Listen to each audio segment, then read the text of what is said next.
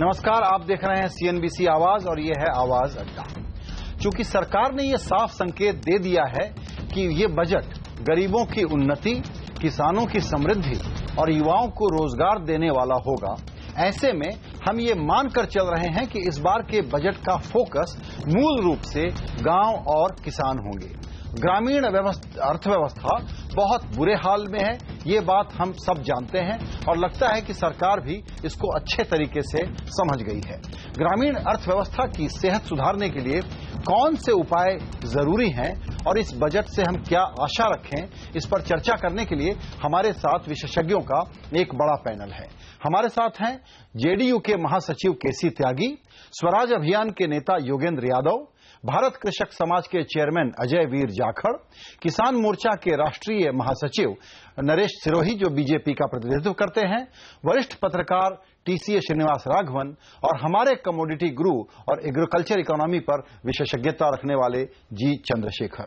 सभी मेहमानों का वक्त निकालने के लिए बहुत शुक्रिया।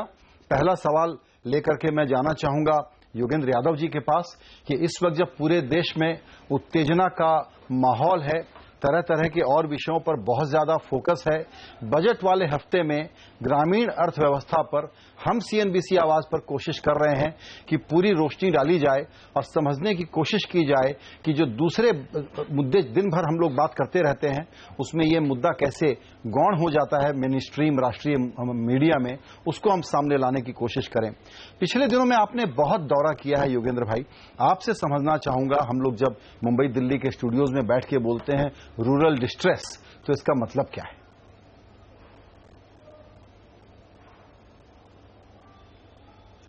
पहले तो आपको बधाई देना चाहता हूं संजय भाई कि आपने इस पे फोकस किया। मैं पिछले कई दिन से सोच रहा हूं कि इस देश में किसके मुंह में क्या गाली है, किसके मुंह में क्या वाक्य है, नारा है, वो तो खबर है, किसके मुंह में खाना है या नहीं है ये इस देश में खबर नहीं है। तो आपने कम से कम इसको एक खबर बनाया, बहुत बड़ा काम किया। आपने कहा कि सरकार को समझ आ गया है कि अब गांव पे फोकस करना होगा। आपके मुंह में घी शक्कर, समझ आ जाए तो बहुत अच्छा होगा।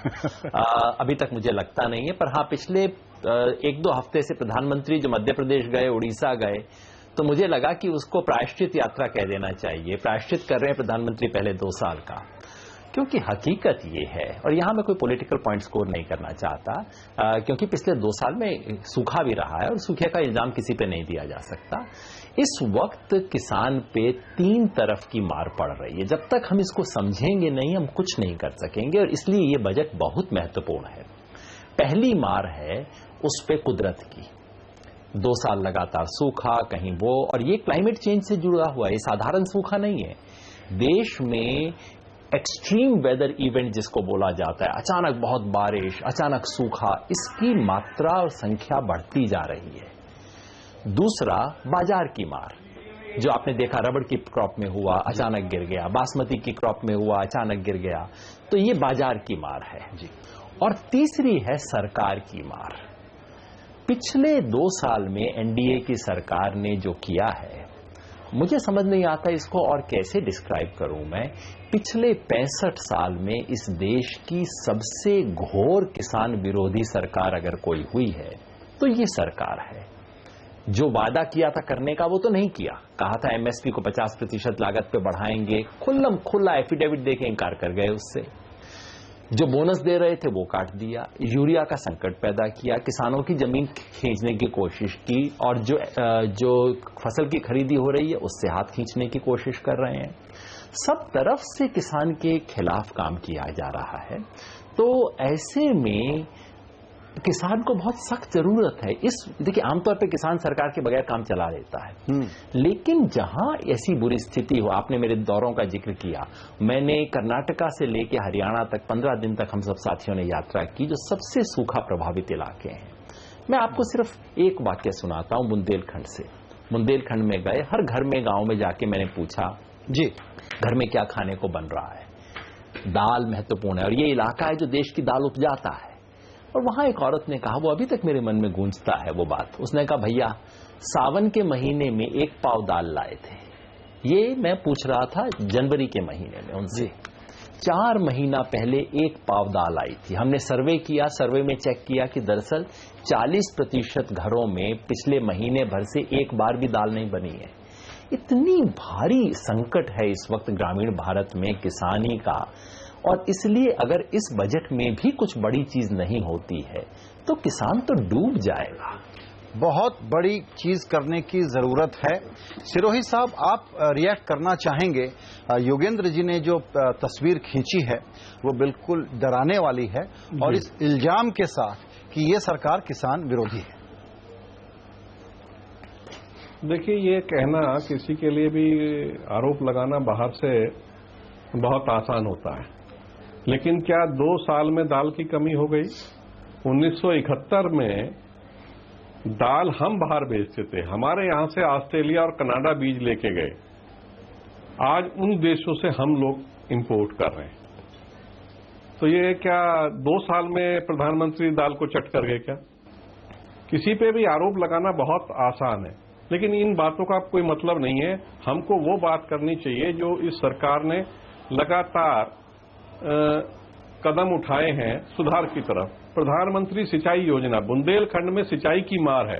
जो लोगों के घर में खाना नहीं बन रहा है तो खाली उसका बड़ा कारण है कि वहां सिंचाई की प्रॉपर व्यवस्था नहीं है। जो वहां पानी है बह के चला जाता है। उस पानी को रोकने के लिए प्रधानमंत्री ने जो कदम उठाए हैं प्रधानमंत्री सिंचाई योजना के तहत, उसमें राज्य सरकारों की भी भूमिका होगी। क्या वो गलत है? परंपरागत कृषि, योगेंद्र भाई ने कहा कि किसानों की जो लागत बढ़ी है उसको कैसे कम किया जा सकता है। हमने कहा था, मैनिफेस्टो में कहा था कि हम 50% लाभकारी ऊपर लाभ जोड़ के हम मूल्य देंगे। हमारा कहना यह है कि आज की जो परिस्थितियां हैं बहुत महंगा नहीं कर सकते, लेकिन परंपरागत कृषि में हम किसानों के खर्चे कैसे कम करेंगे, इस पे हमारा पूरा जोर है। सॉइल हेल्थ कार्ड, जमीन की स्थिति आज बहुत खराब है, उस जमीन की स्थिति को कैसे सुधारेंगे, वो सॉइल हेल्थ कार्ड के जरिए हम सुधारने का पूरा प्रयास कर रहे हैं। किसान का रिस्क फैक्टर बहुत है। जो आज हमने खेत को इकाई मान के फसल बीमा योजना की बात की है, क्या उसमें सरकार विरोधी आपको नजर आता है क्या योगेंद्र भाई को? तो ये योजना हमको अपने सुझाव देने चाहिए कि सरकार और किस तरह से करे। कहूं मैं, सरकार ने जो प्रयास किया है जी नहीं, बिल्कुल अभी हम सुझाव वाले दौर में भी आएंगे, क्योंकि हमारे साथ दरअसल इस विषय में गहराई से काम करने वाले लोग, आप सब लोग शामिल हैं। हाँ, शायद योगेंद्र जी कुछ कमेंट करना चाहते हैं आपकी बात पे। एक चीज तो नरेश भाई, मैं ये नहीं कह रहा कि दाल का उत्पादन देश में गिरने के लिए एनडीए सरकार जिम्मेवार है। मैं तो बुंदेलखंड का उदाहरण सिर्फ इसलिए दे रहा था, वहां दाल के उत्पादन की समस्या नहीं है। वो समस्या ये है कि वहां सूखा पड़ा है, सरकारों ने कुछ नहीं किया। अब आप उसमें, और सिर्फ केंद्र सरकार का मामला नहीं है, इसमें उत्तर प्रदेश सरकार शामिल है, मध्य प्रदेश सरकार शामिल है। उन लोगों के पास इतना पैसा नहीं है कि वो बाजार से दाल खरीद सकें। वो जो औरत कह रही है 4 महीने से बुंदेलखंड में लोगों के पास जो स्थिति है उसका विवरण मैं कर रहा हूं। 70% ग्रामीण परिवारों में दूध नहीं दिया बच्चों को। सर्वेक्षण की फाइंडिंग्स बता रहा हूं, तो मैं आपकी केवल सरकार को इस पर दोष नहीं दे रहा, और इसका दाल उत्पादन से नहीं है संबंध।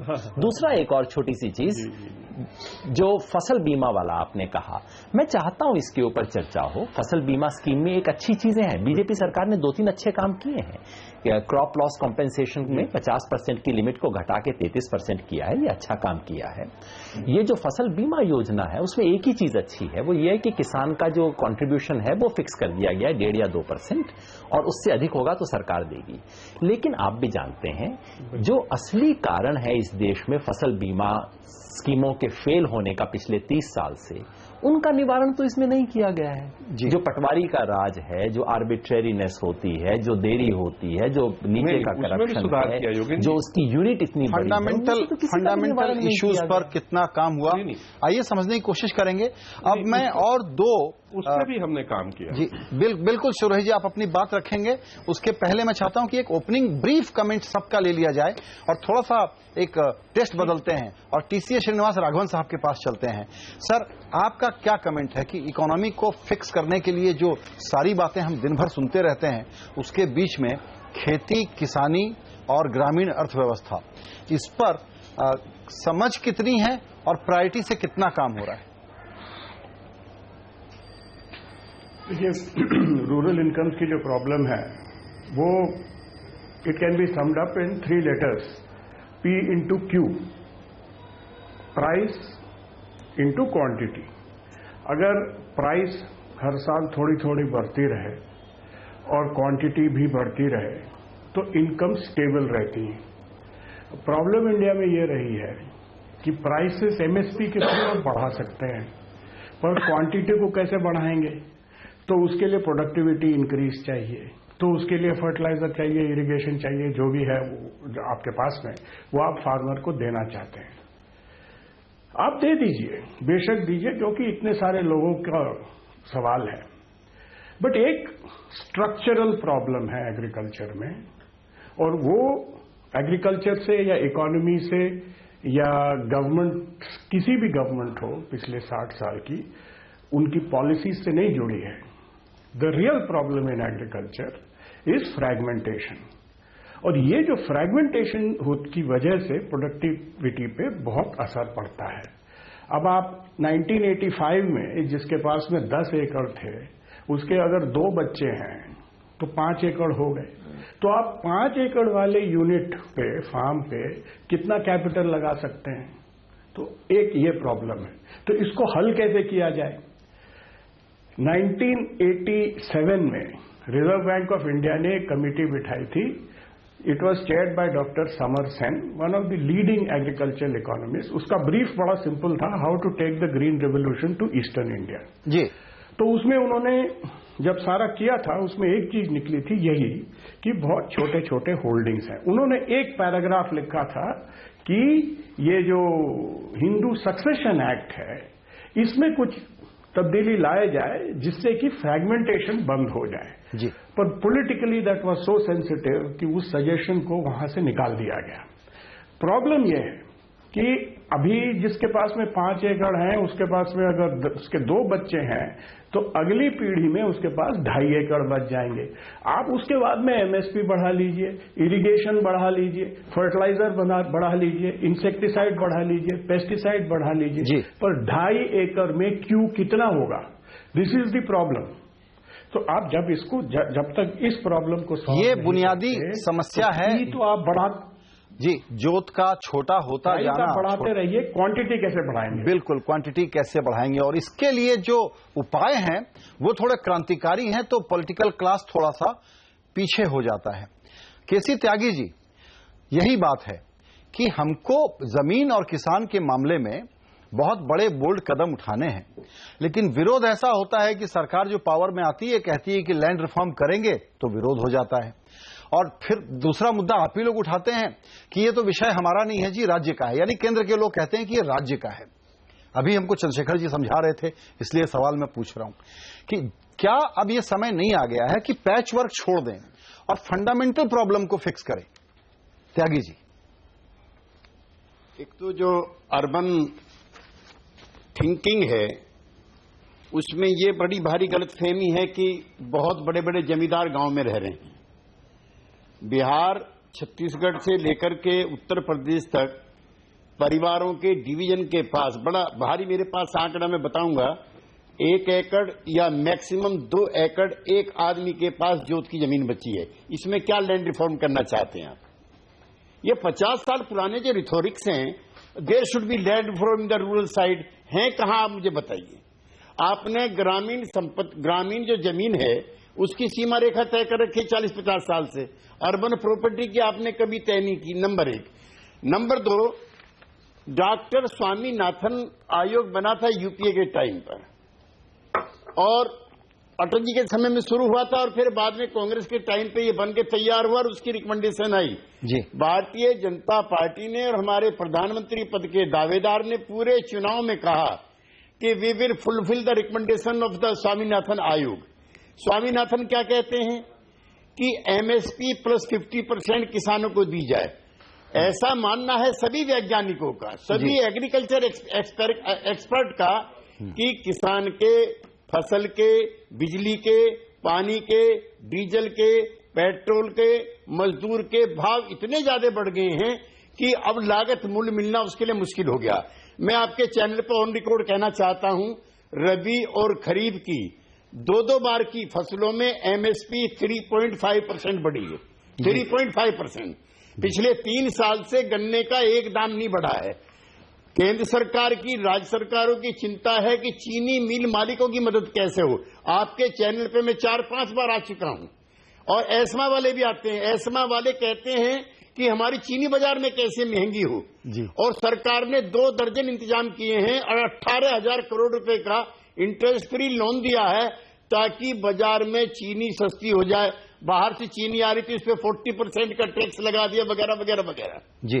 अब इस समय जो नया बजट आ रहा है, ये बजट देश के लिए आ रहा है, लेकिन जब तक उसका कंज्यूमर मजबूत नहीं होगा, मैं आपके चैनल के माध्यम से कहना चाहता हूं कि हमारे देहात में जी स्कूटर, मोटरसाइकिल और ट्रैक्टर की बिक्री 20% कम हो गई है जी। तो जैसे चीन में आज सरप्लस पड़ा हुआ है और कोई बायर नहीं है, तो made in India, make in India, startup आप सब कर लेंगे, सब कामयाब हो जाएंगे, but there will be no buyer. अगर गांव में आप मिडिल क्लास पैदा नहीं करेंगे, अब गांव के लड़के सब शहर आना कहा आपने, ये जाट आंदोलन क्या है? दरअसल ये जो आपने एक सेकंड बस जी, एक सेकंड ये मराठा आंदोलन क्या है? ये पटेल आंदोलन क्या है? ये खाती पीती मध्य की किसान जातियां हैं। सोशली भी ये बैकवर्ड नहीं है, लेकिन एजुकेशनली इनका ये हाल हो गया कि इनके बच्चों को नौकरी नहीं मिल रही है और ये भी सब तोड़फोड़ में और आरक्षण की मांग आगे लग गए हैं। तो इन गंभीर खतरों को अगर अर्बन इंडिया के इंटेलेक्चुअल्स और प्लानर अगर नहीं समझेंगे तो देश में आने वाले समय में बहुत अशांति फैलने की नहीं। ये आपने एक महत्वपूर्ण मुद्दा रखा कि जब हम अभी रूरल डिस्ट्रेस की बात कर रहे हैं और आरक्षण के मसले पर जो हम घटनाएं देख रहे हैं उसको देखते हुए और डेमोग्राफिक डिविडेंड की बात कर रहे हैं, तो समझना होगा कि दरअसल मुद्दा ज्यादा बड़ा और गहरा है, सिर्फ खेती किसानी या रूरल इकोनॉमी को फिक्स करने का नहीं है, उसके आगे का है। अजय वीर जाखड़ भी हमारे साथ हैं। अजय जी, आपने सारी चर्चा का ज्यादातर हिस्सा अभी आपने सुना है। मैं अगर कहूं कि जो थोड़ा सा स्केप्टिसिज्म है उसके कारण हम अंडर एस्टिमेट कर रहे हैं, लेकिन मोदी जी के लिए पॉलिटिकल इकोनॉमी के नाते भी और इलेक्टोरल पॉलिटिक्स के नाते भी ये सूट करता है कि ये वाला बजट घनघोर तरीके से किसानों पर, गांवों पर, खेती पर फोकस हो और वो करने जा रहे हैं। मेरा ये अनुमान है कि जिसको हम समझ रहे हैं कि थोड़ा पैच वर्क होगा, थोड़ा इंक्रीमेंटल काम होगा, हो सकता है कि इस बार कुछ ट्रांसफॉर्मेशनल काम वो कर दें। क्या ये अनुमान लगाना मेरा सही है या गलत है? अजय जी। देखिए, पहली बात तो डिस्कशन में सुन रहा था, पहली बात मेरा मानना है कि ये सरकार किसान विरोधी नहीं है और मेरा ये भी मानना है कि किसान रिप्रेजेंटेटिव से ये सरकार बात कर रही है और इतने वर्षों से जो किसान दुखी है वो दुख और बढ़ गया है क्योंकि वर्षा नहीं हुई है और इंटरनेशनल मार्केट में कीमतें कम हो गई हैं। परंतु ये दुख, क्या अगर ये सवाल किया जाए कि इस बजट से क्या किसान खुदकुशी करना बंद कर देंगे, यही एक मुद्दा है मेरे हिसाब से। और इस समस्या का हल कोई नीति बनाने, मेरा मतलब बजट से नहीं हल होने वाला है। जब तक जो कृषि नीति बनती है वो किसान खुद नहीं बनाएंगे, उसके वो खुद हिस्सेदार नहीं होंगे, तो ये बजट अलोकेशन से कोई बदलाव नहीं आने वाला है। ज्यादा से ज्यादा ये क्या करेंगे, ये बोलेंगे 15,000 करोड़ के बदले हमने 25,000 करोड़ दे दिए। ये काफी नहीं है। पैसे, केवल पैसे लगाने से ग्राउंड पे कोई चेंज नहीं आता है। वो नीति कैसे बनती है, जैसे योगेंद्र यादव जी कह रहे थे कि आपने इंश्योरेंस दे दिया किसानों को, पर वो कैलकुलेट कैसे होएगा कि उसका घाटा क्या है। ये सब चीजों को डिजाइन, जो डिजाइन है पॉलिसी की, उसके लिए किसान को उसमें रखना जरूरी है, उससे बात करनी जरूरी है, उसकी सहमति लेनी जरूरी है। और केवल पैसे लगाने से, बजट देने से कुछ नहीं होता है। और मैं एक और उदाहरण देना चाहूंगा कि बजट इररेलेवेंट हो गया है, बजट से कोई बदलाव नहीं आता है, बजट एक केवल पॉलिटिकल स्टेटमेंट बन के रह गया है। ये इस सरकार ने, आप सुनिए, अब मैं एग्जांपल दे रहा हूं कि बजट का कि कोई किसान पे कोई फायदा नहीं होता है या नहीं होता है, ये बजट से इतना महत्वपूर्ण नहीं है जितना ये टीवी चैनल और मीडिया उसको बना देता है। बिल्कुल। 2-3 महीने पहले मक्की की इंपोर्ट इस सरकार ने duty free 5 lakh ton allow कर दी। अब 5 लाख टन मक्की इंपोर्ट कर दी। स्पॉट प्राइस आज के दिन, मैंने पिछले हफ्ते जब गांव था तब मैंने स्पॉट प्राइस चेक करी तो बिहार में 1580 रुपए की थी और जून का जो फ्यूचर है वो 1180 रुपए था। तो आपको बाहर से मक्की मंगाने की क्या जरूरत, ड्यूटी फ्री अलाउ करने की क्या जरूरत थी? बिल्कुल। ये फैसले से मक्की की कीमत 400 रुपए क्विंटल गिर जाएगी। ऑन एन एवरेज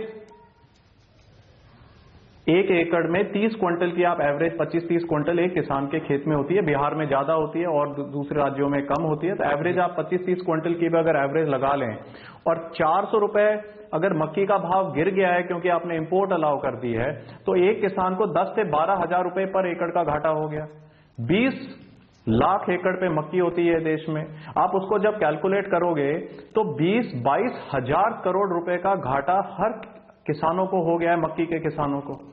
तो आप मेरे को बताओगे, आप 25,000 करोड़ रुपए अगर खेती में एग्रीकल्चर मिनिस्ट्री को आप बजट में दे दोगे और दूसरी तरफ 22,000 करोड़ रुपए का घाटा हो जाएगा किसान को, तो बजट का क्या फायदा हुआ? आपने और ये सब क्यों होता है? ये सब, ये एक मिनट सुनिए, ये सब क्यों होता है? ये इसलिए हुआ क्योंकि जो मक्की है, बहुत लोगों को हैरानगी होती है जब मैं कहता हूं कि मक्की ह्यूमन कंजम्पशन के लिए नहीं, आदमी नहीं खाते। 60% मक्की, मैं एक उदाहरण दे रहा हूं आपको कि बजट इररेलेवेंट क्यों है। 60% मक्की पोल्ट्री इंडस्ट्री में जाती है, 20-25% मक्की जो है वो स्टार्च इंडस्ट्री में जाती है। तो ये इंडस्ट्री वाले इकट्ठे हुए, उन्होंने बोला कि हमें घाटा हो रहा है, आप ड्यूटी फ्री मक्की इंपोर्ट करने दो। तो सरकार ने ड्यूटी फ्री मक्की इंपोर्ट अलाउ कर दी। अब इंपोर्ट अलाउ करने से मार्केट प्राइस पे क्या असर पड़ा, मैंने उसका आपको एक सही उदाहरण दिया है जी। तो ऐसी चीजें हैं। मैं पर ये सब कहने के बावजूद मैं ये नहीं कह रहा हूं कि जो सरकार है वो किसान विरोधी है। बिल्कुल ठीक है कि सरकार के अंदर किसान नहीं है फैसला करने के लिए। पार्लियामेंट में आज के दिन किसान नहीं है फैसला करने के लिए। जो वहां बैठे हैं 550 जो बैठे हैं वो सब अपने बायोडाटा में लिखते हैं कि हम किसान हैं, पर खेती कोई नहीं करता है। बहुत बढ़िया, बहुत बढ़िया। और यही असली समस्या है कि किसान की नीति किसान को बनानी चाहिए। नहीं, ये आपने बहुत सही कहा। इनफैक्ट आप बिल्कुल डायमेंशन नए जोड़ रहे हैं हमारी इस डिबेट में। जाहिर है कि आपने जो मूल स्टेटमेंट था योगेंद्र जी का, उसको आपने एक तरीके से कहा है कि आप खंडन करते हैं उसका कि सरकार किसान विरोधी नहीं है। योगेंद्र जी जाहिर है उसका जवाब देना चाहेंगे। लेकिन जो दूसरा आप नहीं योगेंद्र जी, मेरा कहने का मतलब है कि हर सरकार की नीयत अच्छी होती है। ऐसे आप नहीं कह सकते कि सरकार की नीयत खराब है। बिल्कुल ठीक है, आपका पॉइंट यह है कि चाहे वो बीजेपी, आपका पॉइंट यह है कि सरकार की नीयत अच्छी होती है कि किसानों की समस्या को जानने वाले लोग इतने नहीं हैं जो डिसीजन मेकिंग में इन्वॉल्व हों और जो फंडामेंटल चेंजेस कर सकें। आपने एक बात और कही, मेरे पूरे प्लान को आपने डिमोलिश कर दिया अजय जी। हम समझते हैं कि खेती किसानी बहुत इंपॉर्टेंट है, इसके लिए बजट बहुत इंपॉर्टेंट है, लेकिन यह बात भी बहुत लोग कहते हैं कि बजट से कुछ नहीं होता। चंद्रशेखर जी, मैं आपसे पूछना चाहूंगा यही बात कि हम लोग जो समझते हैं कि ये बजट, और चूंकि ये सरकार बार बार कह रही है, राष्ट्रपति जी के भाषण में भी कहा गया, जो नारा मैंने शुरू में इस्तेमाल किया कि गरीब की उन्नति, किसान की समृद्धि, युवाओं के रोजगार का बजट होगा। दरअसल बजट से ज्यादा उम्मीद रखना किसानों की जिंदगी में बदलाव लाने के लिए अनरियलिस्टिक उम्मीद है ये। और दूसरी बात, बड़ा चेंज क्या है? बड़ा चेंज ये है कि सब कुछ राज्य के जिम्मे में अगर है तो हमारे यहां ये डायकोटॉमी चलती रहेगी और किसानों की राष्ट्रीय समस्याओं का समाधान हम नहीं कर पाएंगे, क्योंकि अलग अलग कार्यसूची में दोनों मामले लिखे हुए हैं। आप क्या कहते हैं? हाँ, बिल्कुल सही कहा आपने। मगर इसके मैं एक कहना चाहता हूं, कई दशकों से हमारा देश में कृषि क्षेत्र में कई समस्याएं हैं। स्ट्रक्चरल प्रॉब्लम्स जो है उसके ओर बिल्कुल ध्यान दिया नहीं गया।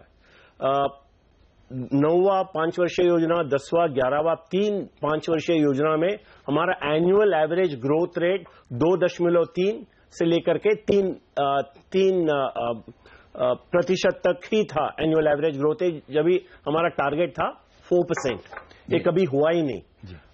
इसके ओर successive governments have not paid any attention. ये तो खास है, दिख रहा है। मेरा कहना यह है कि हम जब तक स्ट्रक्चरल इश्यूज की ओर ध्यान नहीं देंगे, उसमें हम पूंजी नहीं लगाएंगे, उसमें जब तक उसका समाधान हम नहीं ढूंढेंगे, इस कृषि क्षेत्र का जो उन्नति होना चाहिए और हो सकता है वो बजट द्वारा नहीं होगा।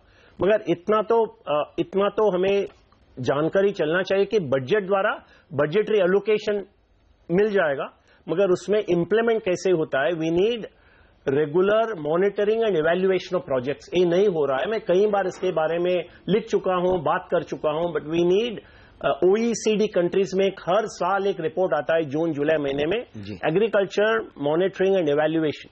वो रिपोर्ट हमारा देश में जरूर चाहिए। This is number 1। और एक पॉइंट कहना चाहता हूं कि आप चीन को देखिए, चीन में भी फ्रैगमेंटेड लैंड होल्डिंग है। चीन दुनिया में सबसे ज्यादा चावल उत्पादन करने वाला है। हम भारतवर्ष सेकंड नंबर में है। चीन में भी फ्रैगमेंटेड लैंड होल्डिंग में ही चावल का उत्पादन होता है, मगर वहां यील्ड है 6 टन प्रति हेक्टर और हमारा देश में 3.5 टन प्रति हेक्टर। फ्रैगमेंटेड लैंड होल्डिंग बड़ा समस्या नहीं है। It is a problem, but that's not central to agricultural issues. इसके अलावा काफी हमारा इनपुट डिलीवरी सिस्टम है, lack of irrigation, lack of rural infrastructure, बिल्कुल टेक्नोलॉजी इनपुट्स नहीं है। तो these are structural and more primary issues जिसके और हमें ध्यान देना। बिल्कुल, आपने कुछ और आइटम जोड़ दिए सरकार की टू डू लिस्ट के लिए या हमारी अर्थव्यवस्था की टू डू लिस्ट के लिए। ये सवाल लेकर के अब हम लोग वापस चलते हैं योगेंद्र जी के पास। आपने सबकी तकरीरें सुनी। दरअसल आज की डिबेट तो इतनी अच्छी चल रही है कि मुझे सवाल पूछने की जरूरत नहीं है, आप लोग लगातार उसमें नए नए डायमेंशन ऐड कर रहे हैं। योगेंद्र जी, आपके 2-3 पॉइंट को यहां पर एक प्रकार से कहिए कि उसको कंट्राडिक्ट किया गया है या एक काउंटर पॉइंट आया है, आप उस पर कुछ कहना चाहते होंगे जरूर।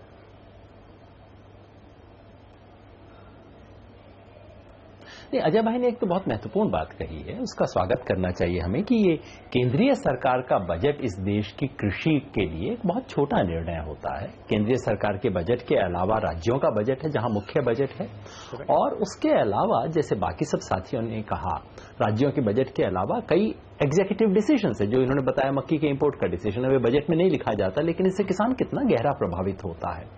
और तीसरी चीज जो हमारे कई साथियों ने बताई कि जो स्ट्रक्चरल इश्यूज हैं एग्रीकल्चर के, वो बजट से सॉल्व नहीं होते, वो बहुत गहरे हैं, बुनियादी हैं, उस पर सोचना पड़ेगा। ये मानते हुए भी बजट एक महत्वपूर्ण हिस्सा है और केंद्र सरकार के बजट से इशारा मिलता है, केंद्र सरकार के बजट से राज्य सरकारों को सहारा मिलता है, इसलिए केंद्र सरकार का बजट महत्वपूर्ण है। और उसमें अजय जी ने जो बात कही कि ये सरकार किसान विरोधी नहीं है, वो मेरे ख्याल में उन्होंने ज्यादा दार्शनिक स्तर पे कही। उन्होंने कहा कोई सरकार किसान विरोधी नहीं होती है, सरकारों की नीयत तो अच्छी होती है, तो इसे आप इस सरकार के बारे में ना समझे। क्योंकि साथ ही साथ अजय जी ने बड़े शालीनता से इसका प्रमाण भी दे दिया कि सरकार कैसे किसान विरोधी किसान की आवाज आप बेसिकली ये कह रहे थे ना कि आपको मक्की के इंपोर्ट करते वक्त किसान नहीं दिखाई दिया, आपको वो इंडस्ट्रियलिस्ट दिखाई दिए, जो पोल्ट्री इंडस्ट्री है वो दिखाई दी है, आप बता रहे थे ना। तो मैं इसी चीज को किसान विरोधी बोलता हूं। तो आपकी और मेरी भाषा में फर्क है, तर्क में फर्क नहीं है। बिल्कुल। वैसे भी अजय भाई देखेंगे, मैं 15-16 का बजट देख रहा हूं भारतीय जनता पार्टी का पिछले साल वाला, एक डिपार्टमेंट में एग्रीकल्चर का बजट काट दिया गया है, कम हुआ था। ये मिनिस्ट्री ऑफ एग्रीकल्चर का बजट 1914-15 तक 31,000 करोड़ तक पहुंच गया था। एनडीए ने, जेटली जी का पहला सीरियस जो बजट था 15-16 का, उसमें उसको घटा के 24,900 पे कर दिया गया। पिछले साल से कम नहीं किया उन्होंने, 4 साल पुराने बजट से कम कर दिया इसको। ये 2012-13 से कम कर दिया था उन्होंने।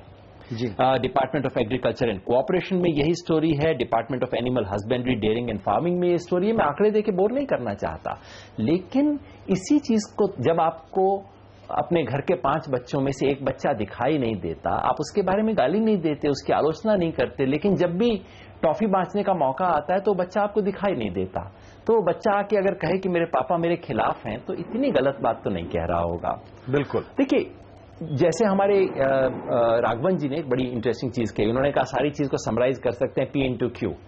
वैसे ही मेरे पास भी एक सिंपल सा फॉर्मूला है सर, मैं भी उसका इस्तेमाल करता आ रहा हूं। किसानों की सारी कहानी 4 शब्दों में आ जाती है, आमद, खर्च, आपद, कर्ज। वाह। उसकी आमद यानी आमदनी कैसे बढ़ाई जाए, उसके खर्चे एग्रीकल्चर की कॉस्ट, और उसके दूसरे एक्सपेंडिचर जो हाउस होल्ड एक्सपेंडिचर हैं उसको कैसे कम किया जाए। आपद यानी कि आपदा, इमरजेंसी, क्रॉप लॉस, फसल का नुकसान, उसमें उसको क्या सहारा दिया जाए। और कर्ज डेट उसको जो मिलता है, और खासतौर पे उनको जिनके पास कोई जमीन नहीं है, छोटे किसान, उसको कैसे दिया जाए। मैं इस सरकार के शब्दों का इन 4 चीजों से मूल्यांकन करूंगा, और जो समय हमारे पास इस शो में है, हम इन 4 चीजों पे गंभीर बात करें कि ये चीजें कैसे आपने उसके साथ में इंफ्रास्ट्रक्चरल सवाल है, लेकिन वो केवल बजट से सुलझेंगे नहीं। ठीक है, बिल्कुल आपने ये अच्छा बताया। आमद खर्च, आपद कर्ज, ये 4 सूत्र शब्द हैं जिनमें पूरा जो एक प्रोग्राम बनाना हो अगर हमारे हिंदुस्तान की तस्वीर को बदलने के लिए, तो उसकी कुंजी एक प्रकार से छुपी हुई है। एक छोटा सा ब्रेक लेंगे, लेकिन और बहुत सारे सवाल अभी बाकी हैं डिस्कशन में।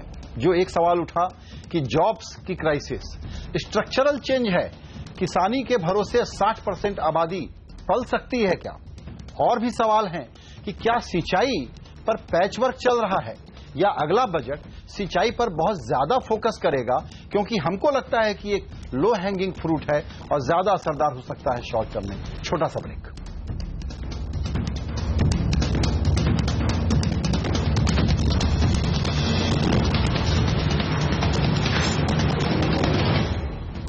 CNBC आवाज अड्डा पर चर्चा हो रही है कि इस बजट में खेती किसानी गांव पर कितना फोकस होगा, भारत का बजट होगा या इंडिया का फैशनेबल बजट होगा। सिरोही साहब, आपने सारी चर्चाएं सुनी, आपके पास जाहिर है कि आप रिएक्ट करना चाहेंगे कुछ पॉइंट्स पे, लेकिन मेरा एक सवाल है आपसे।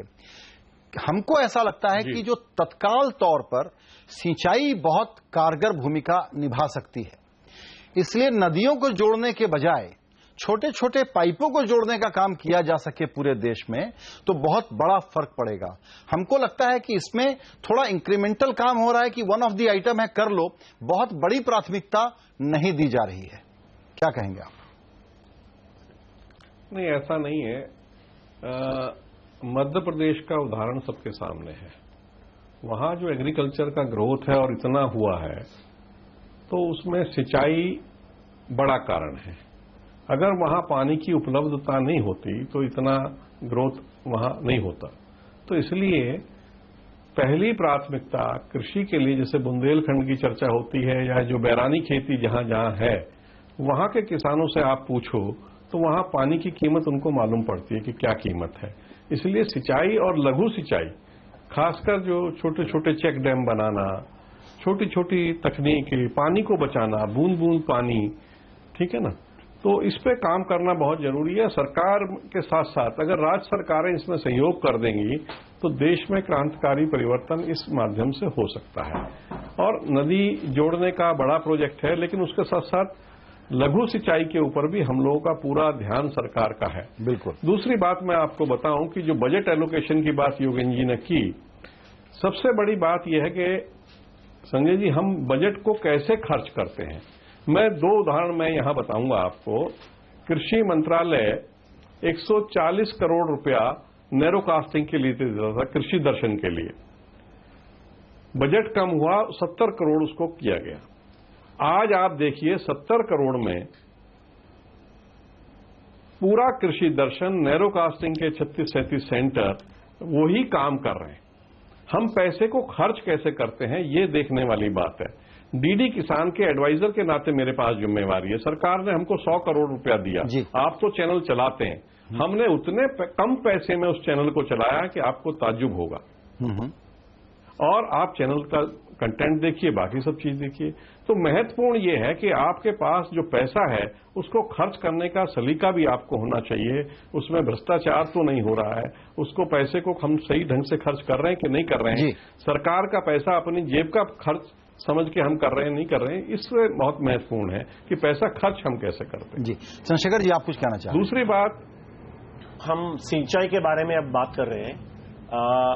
आपको आश्चर्य होगा कि from the 8th 5-year plan, यानी कि पिछले 8, 9, 10, 11 4-5 वर्षीय योजना तो हो गई, अभी हम 12वीं में है, तो 22 years 23 years में कई योजनाएं, सिंचाई योजनाएं, small and medium irrigation projects अभी भी पेंडिंग है, नॉट कंप्लीटेड। और मुझे याद है 5 साल पहले एक पार्लियामेंट क्वेश्चन में इसका एक अनुमान लगाया, if you have to complete, जो 8वीं 5 वर्षीय योजना से 11 वर्ष तक कंप्लीट करना है तो उसके लिए हमें खर्चा लगेगा 1 लाख करोड़ रुपया। पता नहीं ये पैसा कहां से निकलेगा। मगर ये तो एक तो साफ है कि सिंचाई चाहिए हमें, और इरिगेशन की वजह से जरूर हमारा यील्ड बढ़ेगा, उत्पादकता बढ़ेगा, और किसान का जरूर बिल्कुल। अभी अजय वीर जी आपके पास मैं आता हूं, लेकिन उसके पहले एक कमेंट थोड़ा और प्रोवोकेशन क्रिएट करने के लिए टीसीए का मैं लेना चाहता हूं। टीसीए देखिए, एलिफेंट इन द रूम एक ही है, केंद्र बनाम राज्य। राज्य अगर ऐसा कर लें तो यही तो स्ट्रक्चरल चेंज की बात है, यही तो लैंड रिफॉर्म का मुद्दा था। इसीलिए शायद अब एक कोशिश कर रही होगी ये सरकार, जब हमने ये खबर पढ़ी कि अब जो जोत वाले किसान हैं जिनकी अपनी ओनरशिप नहीं है, उसको कम से कम इंस्टीट्यूशनल फाइनेंस अवेलेबल करा दो, तो कहा जाता है कि ये एक बड़ा रिफॉर्म हो सकता है। आप मानते हैं कि ये बड़ा रिफॉर्म होगा, या ये फिर वही है कि एक छोटे छोटे काम में और एक काम? रिफॉर्म बड़ा होगा या छोटा होगा, ये तो इम्पैक्ट पे डिपेंड करता है कि उसका असर क्या पड़ता है, और करना भी चाहिए। जो कुछ मदद हो सकती है, आप like I was saying, whether it is irrigation या पेस्टिसाइड क्रेडिट, जो कुछ फार्मर्स को चाहिए आप बेशक दीजिए। फिर भी बात उसी पर आ जाती है। अभी चंद्रशेखर के साथ मैं 5 साल काम कर चुका हूं, ये पहले भी हम दोनों की बहस हो चुकी है कि हर बार चीन के राइस के यील्ड पे आ जाती है कि वो किसी एरिया में उन्होंने 6 टन या जो भी है कर दिया होगा। The problem it really comes back again and again, what is the level of your output, आप कितना बढ़ा सकते हैं उसको। ये जो बाकी चीजें हम जो बात कर रहे हैं, ये सब आउटपुट बढ़ाने के तरीके हैं। पर एक चीज याद रखिएगा कि ये इकोनॉमिक्स में एक बड़ा फंडामेंटल प्रिंसिपल है कि आप अगर आउटपुट बढ़ाएंगे तो प्राइस नीचे जाएगी मार्केट में। तो आप मार्केट में उसको सपोर्ट करने के लिए क्या करेंगे? कुछ लोग कहेंगे क्योंकि अर्बन लॉबीज हैं, उनके लिए इन्फ्लेशन नहीं होना चाहिए, आपका एक एग्रीकल्चरल इंडेक्स है, एक कंज्यूमर प्राइस इंडेक्स है, होलसेल प्राइस इंडेक्स है। ये सबको काबू में रखने के लिए आप क्या करेंगे? ये चीज मैं जब इकोनॉमिक टाइम्स में स्वामीनाथन अय्यर के साथ काम करता था, उन्होंने एक शॉर्ट लेक्चर दिया था कहीं पर, मुझे याद है, where he showed that every time agricultural output goes up, farmer distress actually increases because prices come down. So look, ultimately आप कुछ भी कर लें, आपको आउटपुट बढ़ाना होगा और प्राइसेस को स्टेबल रखना होगा। जब कोशिश करते हैं प्राइसेस को स्टेबल, जी बिल्कुल, और जब प्राइसेस को आप स्टेबल करते हैं, उसमें कुछ फार्मर्स को फायदा होता है और कुछ फार्मर्स को नुकसान होता है। अगर आप ऑल द क्रॉप्स, आप हर एक में इस तरह का आप इंटरवेंशन करेंगे तो उसमें वो अलग उसकी प्रॉब्लम होती है, उसके लिए अलग समस्याएं खड़ी होती हैं। बिल्कुल। अजय वीर जी, आप कुछ कहना चाह रहे थे? देखिए, जो ये साहब कह रहे हैं वो बिल्कुल ठीक कह रहे हैं। एक कहावत है कि जब एक किसान मेहनत करता है तो वो अमीर हो जाता है, जब सब किसान मेहनत करते हैं तो सब गरीब हो जाते हैं। और इसके लिए मार्केटिंग हुआ, आपके WTO एग्रीमेंट का कोई असर पड़ेगा, आपके एक्सपोर्ट आपको अलाउड होना चाहिए। जब कीमतें बढ़ती हैं आप एक्सपोर्ट बंद कर देते हैं। तो ऐसी बहुत सारी चीजें जो बजट में नहीं आती और जिनका फर्क पड़ता है। और मैं आपको एक और उदाहरण देता हूं, बजट इरेलेवेंट क्यों है? क्योंकि बजट की कोई अहमियत नहीं है। अभी सरसों का भाव पिछले 4 महीनों में 5100 से 3600 रुपए आ गया है अंदाजे से। और जो सरसों की होल्डिंग लिमिट है एक ट्रेडर की, वो 1000 क्विंटल है। तो भाई जब रेट गिरते जा रहा है, अभी तो सरसों बाजार में आनी चालू हुई है, वो और गिर जाएगी, सरसों का रेट और गिर जाएगा। तो आप ट्रेडर की होल्डिंग लिमिट तो बढ़ाने दो कि कम से कम प्राइस तो स्टेबल होए। ये बजट का हिस्सा नहीं है, पर ये सब ऐसी चीजें बहुत जरूरी हैं। और मैं एक बात से बिल्कुल सहमत हूं कि सिंचाई पे इस बजट पे जोर लगना चाहिए, और इस बजट में सिंचाई पे पैसा सरकार खर्च भी करेगी। सरकार बजट जैसा नरेश बजट में सिंचाई पर खर्च करेगी, ये अनुमान बिल्कुल सब लोगों का है। नहीं, मेरे को पूरा यकीन है। हमने वित्त मंत्री साहब से मीटिंग भी करी है, सेक्रेटरी साहब से मीटिंग भी करी है, और हमें पूरी उम्मीद है, विश्वास है। परंतु बात है कि पैसा कैसे खर्चा जाए। तो सरकार ज्यादातर क्या करती है, बहुत सारा पैसा बहुत थोड़े योजनाओं में लगाती है। हम सरकार को कह रहे हैं कि बहुत सारा पैसा बहुत छोटी छोटी योजनाओं में लगाओ, बड़ी योजनाएं मत बनाओ। ये बड़ी योजनाएं किताबों में रह जाती हैं। बिल्कुल बिल्कुल। और एक सवाल आपने पूछा कि जैसे साहब ने बोला कि रिपेयर करने के लिए 1 लाख करोड़ रुपया चाहिए, कहां से आएगा? बहुत आसान है, आप 7th पे कमीशन के जो रिकमेंडेशन है उसमें 10 साल का मॉरेटोरियम लगा दीजिए। हर साल 3.5 लाख करोड़ रुपए स्टेट्स वगैरह को सबको जोड़ के सरकार को बनते हैं, 35 लाख करोड़ रुपए बनते हैं, पूरा देश का नक्शा बदल सकता है। और ये 1 करोड़ आदमी जो सरकारी तनख्वाह लेते हैं, पेंशन लेते हैं, इनके कारण पूरा देश बर्बाद हो रहा है। ये आपने बड़ी अच्छी बात कही, समझ में नहीं आता हिंदुस्तान की पूरी पॉलिटिक्स। पैसा लाने का तरीका भी बता रहे हैं हम आपको, कहां से पैसा आएगा। गांव गरीब और किसान के इर्द गिर्द घूमती है क्योंकि वहां पर है वोट, लेकिन जब बहुत बड़े फैसलों का सवाल आता है तो ये 50 लाख वाला एक इंटरेस्ट ग्रुप, ये 25 लाख वाला एक इंटरेस्ट ग्रुप, उसकी सेवा में हमारे डिसीजन मेकर व्यस्त हो जाते हैं। सर, मुझे छोटा सा ब्रेक लेना पड़ेगा, ब्रेक के तुरंत बाद लौट करके हम लोग इसी पर चर्चा करेंगे। एमएसपी, नरेगा और एक वो बड़ा आइडिया क्या हो सकता है जो सचमुच ट्रांसफॉर्म करे, क्योंकि हिंदुस्तान की इकोनॉमी में स्ट्रक्चरल चेंज है, माइग्रेशन और फार्म से नॉन फार्म का जो शिफ्ट है, उसके लिए तो पता नहीं हमारी पॉलिसी अपरेटस तैयार भी है कि नहीं। छोटा सा ब्रेक।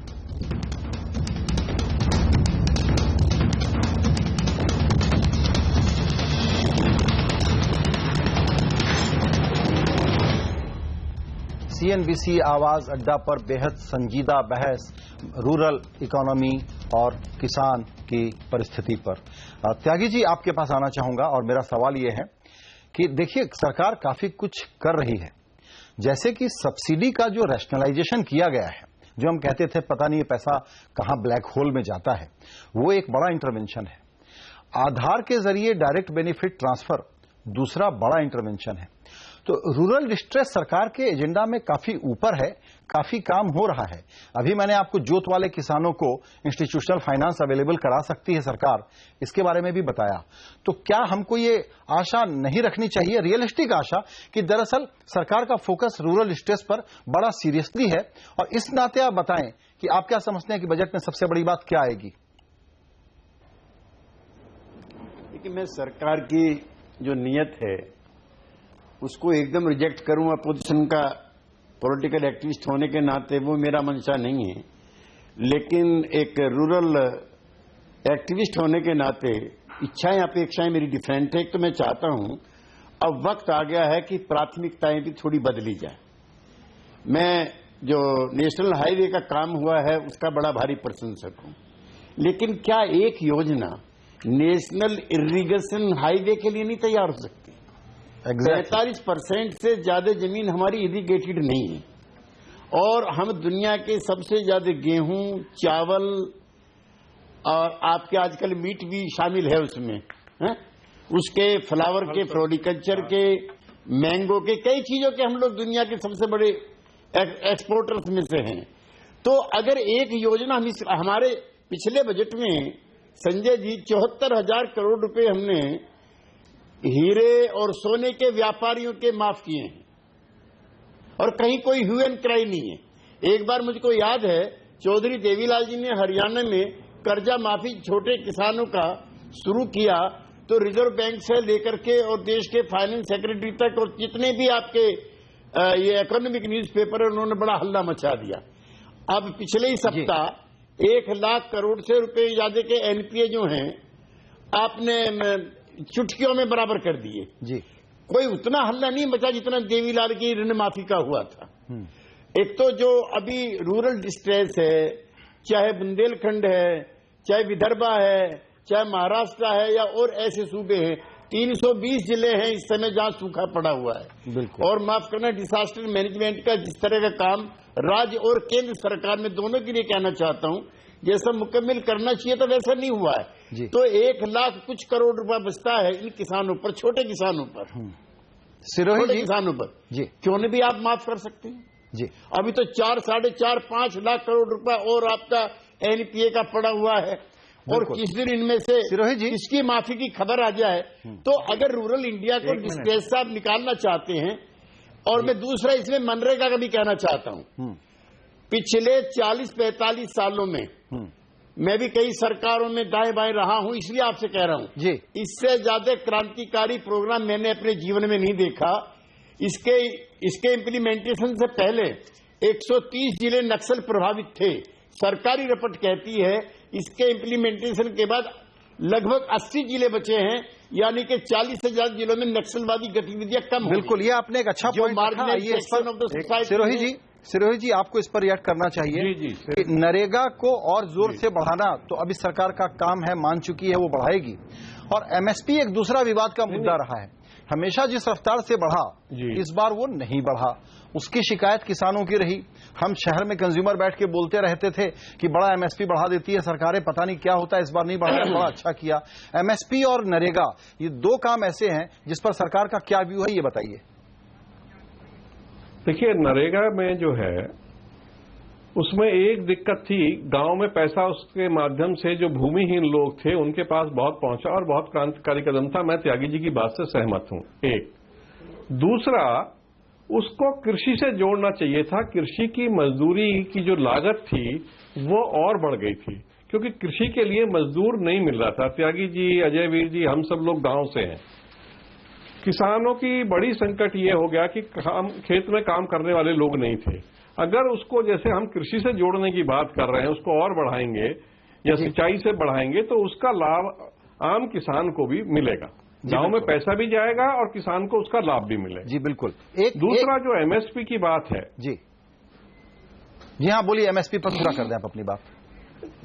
जो एमएसपी की बात है, एमएसपी निश्चित रूप से बढ़नी चाहिए। किसान को उसकी फसलों का लाभकारी मूल्य मिलना चाहिए। बिल्कुल। और मैं ये कहता हूं कि उसके बिना इस देश का किसान का भला नहीं हो सकता। एक प्रश्न और है मेरा सर, और वक्त की, सिरोही जी वक्त की कमी है, लेकिन ये इशू कवर करना बहुत जरूरी है, इसलिए मैं एक बात और आपको, पिछले बजट मुझे एक बात बहुत महत्वपूर्ण आपको सर, मेरे एक छोटे से सवाल के साथ 15 सेकंड का समय आपके लिए मेरे पास रहेगा। अब वो ये कि नेशनल एग्रीकल्चर मार्केट बनाने का ऐलान पिछले बजट का था, हमको बड़ा अच्छा लगा, हमको लगा कि ये बहुत बड़ा काम होगा।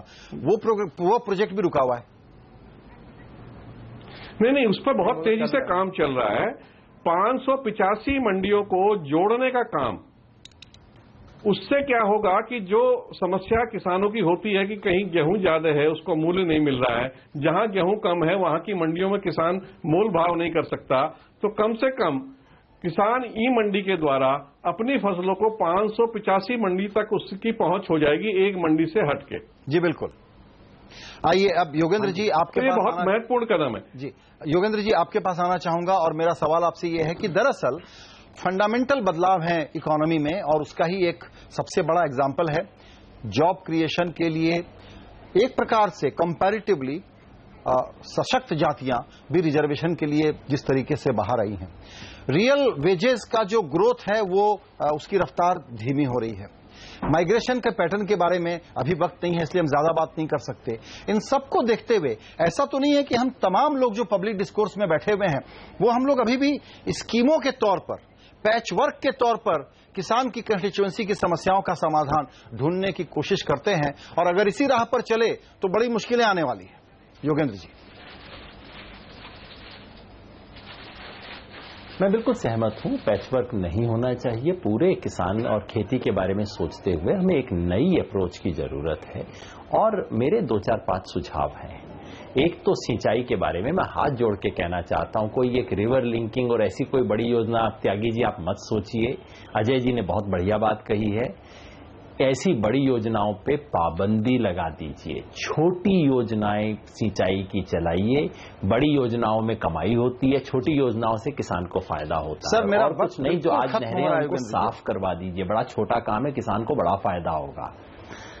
और दो चीजें और कहूंगा मैं।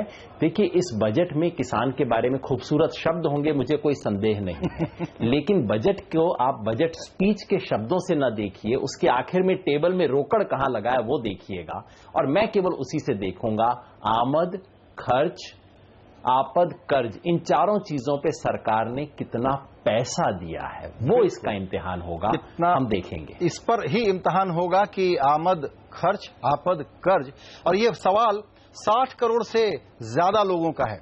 इन 60 करोड़ लोगों को हिंदुस्तान के एक बैकबोन के रूप में देखें, या इन 60 करोड़ लोगों को वोट बैंक के रूप में देखें, ये फैसला तो दर्शक हमेशा और वोटर के तौर पर हमेशा करते ही रहते हैं। लेकिन आज की इस बहुत गंभीर चर्चा में शामिल होने के लिए आप सबों का बहुत शुक्रिया। अजय जी माफ करिएगा, मेरा वक्त बिल्कुल खत्म हो गया। प्रोड्यूसर मुझे पीछे से हिदायत दे रहे हैं, तो आपके पास अब मैं दोबारा नहीं आ पाऊंगा। आप सबों का आज की चर्चा में शामिल होने के लिए बहुत शुक्रिया। नमस्कार।